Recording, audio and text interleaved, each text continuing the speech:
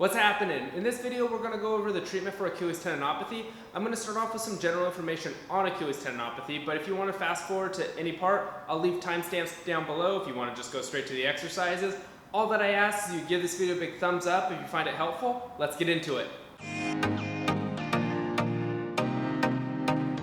Let's start off by talking about why we're calling it Achilles tendinopathy and not either Achilles tendinitis or Achilles tendinosis.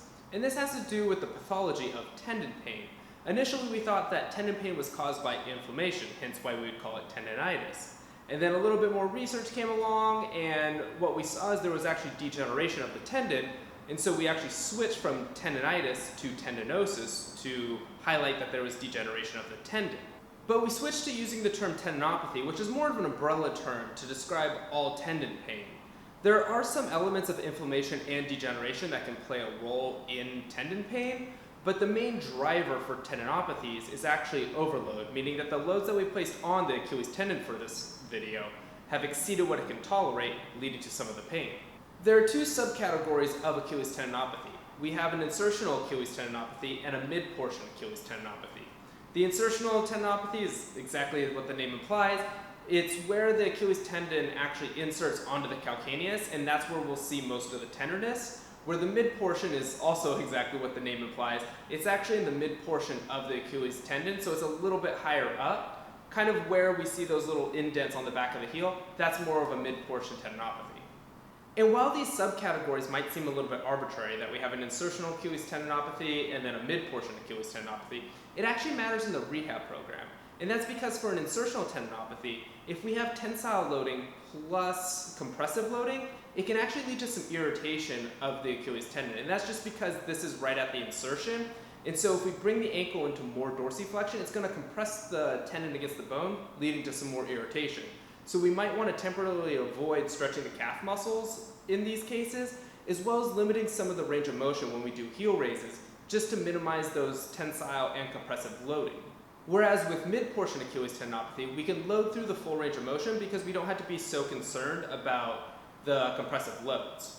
For both types of Achilles tendinopathy, the main treatment approach is heel raises to help strengthen both the calf muscles as well as the tendon itself.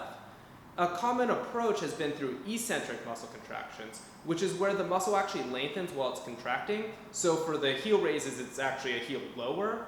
But when we look at the actual research, we don't actually have to isolate that eccentric muscle contraction. So for simplicity, we're actually going to do both the concentric as well as the eccentric muscle contraction because it'll have the same outcome and it makes the whole process just a little bit more simple. For the beginning stages of rehab, we'll start with a double leg heel raise. And so what we're going to do is we're just going to slowly lift our heels up off the ground as far as we can go and then back down towards the ground. We want to do this over 4 seconds. So it's going to be 2 seconds up, followed by 2 seconds back down towards the ground. I like to perform these without shoes on. It helps to increase the proprioception, so your feet have to kind of get a better feel for the ground. And then also it makes the muscles around the foot work a little bit harder. We can then progress to single leg heel raises, and so we can use a wall if we need to for a little bit of balance. And then everything stays the same, so it's going to be 2 seconds up off the ground, followed by 2 seconds back down towards the ground. Whether you're doing single or double leg heel raises, we actually want to perform 3 sets of 15, so it's actually quite a bit of reps. And it's something that I actually see is under-prescribed because generally we perform 3 sets of 10. We actually want to do a little bit more. So 3 sets of 15 is the general recommendation for the heel raises. For both the double and the single leg heel raise, we can increase the difficulty by adding a little bit of load. So if we're doing these at home, we can use a backpack filled with some books or something like that to add a little bit of weight. And just perform those 4-second contractions. So 2 seconds up and then 2 seconds back down.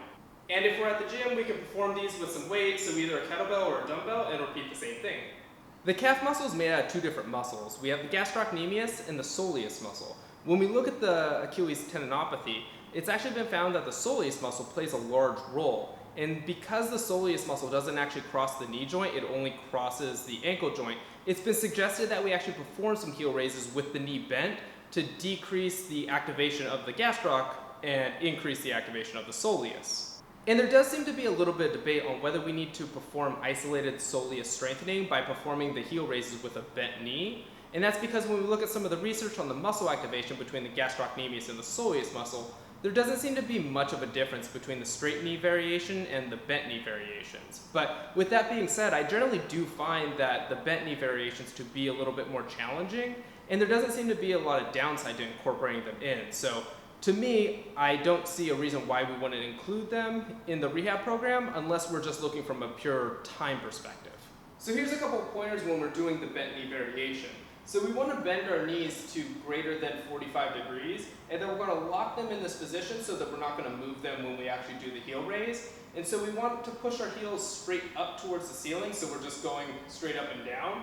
And so everything will stay the same, where we'll do the 2 seconds up, followed by 2 seconds back down. One of the things that we commonly see is that instead of going straight up, that we kind of go forward here, which will get a little bit more quad, which is fine, but we're trying to get the calf muscles, obviously. So we want to make sure that we're trying to lift ourselves up towards the ceiling and then slowly back down.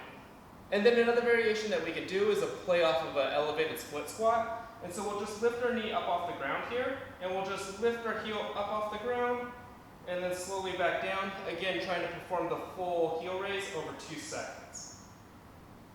Hopefully that exercise progression was helpful for Achilles tendinopathy. Generally, before returning back to sport, I like to see people being able to do at least 30 single leg heel raises in 60 seconds. It just gives us some indication that they have the adequate strength and endurance before returning back to sport, whether that's going back to running, soccer, football, whatever it may be. If you found this video helpful, go ahead and give this video a big thumbs up. It'll help other people dealing with Achilles tendinopathy find this video. If you want to support the channel, hit the subscribe button over here. If you want to be notified of future videos, hit the bell icon down below. I'll see you guys in the next video.